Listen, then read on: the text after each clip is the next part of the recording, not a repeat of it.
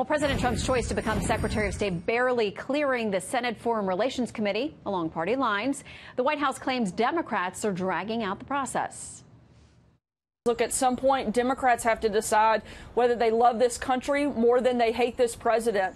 And they have to decide that they want to put the safety and the security and the diplomacy of our country ahead of their own political games. Democrats like Joe Donnelly, Heidi Heitkamp, and Joe Manchin all facing intense pressure from their base not to work with Republicans, despite their public pledges for now to vote for Pompeo on the Senate floor.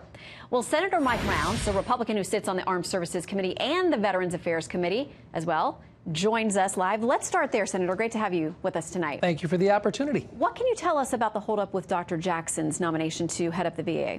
Chairman Isaacson had a phone conversation with a lot of us that were on the committee over the weekend, indicated that there had been some unsubstantiated allegations made, and he wants to do it right. We told him that if he wanted to delay the meeting, that was fine with us.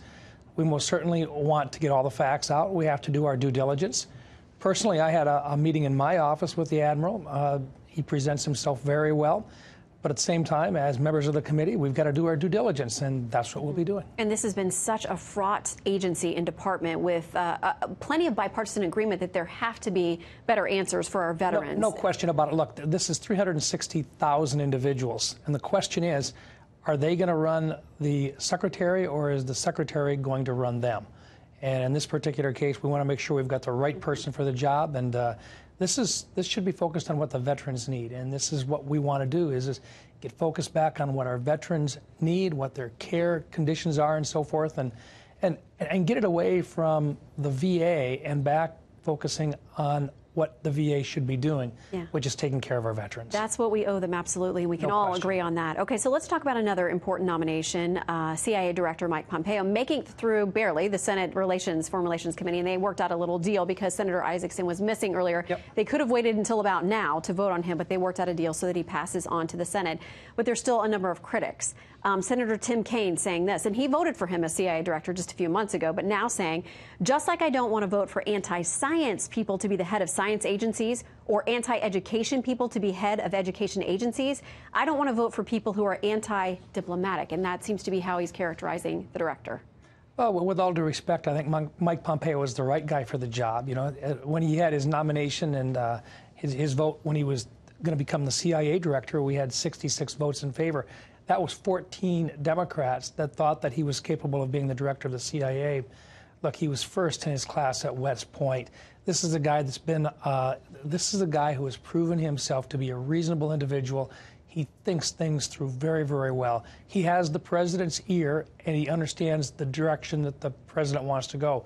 Mike Pompeo is the right guy for this job. Well, we'll see as it moves on now to the full Senate. In the meantime, one of the things he's going to have to deal with is this conversation with the president about this upcoming deadline on the Iran nuclear deal. The French president is here. It's something they're going to talk about. The French want us, obviously, to stay as part of that deal. Here's what the French President Macron said to our own Chris Wallace about this.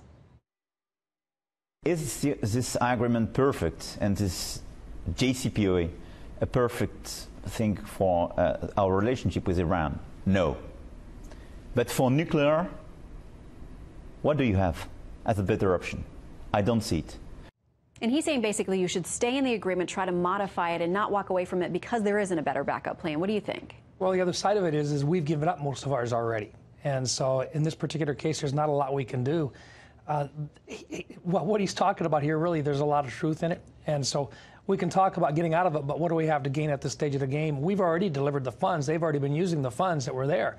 This was not a good deal in the first place. The president is absolutely correct. It was a bad deal, but it's a deal that's been made, and we've delivered a lot of resources to them already. So worse to walk away or worse to stay? Well, right now, what do we have to lose at this stage of the game? Because they have to, if they're going to honor the agreement today, then fine. If they're not, what do we have to lose? Because we've already delivered to them. We've already made promises to them that we've delivered on. Cash is in their hands.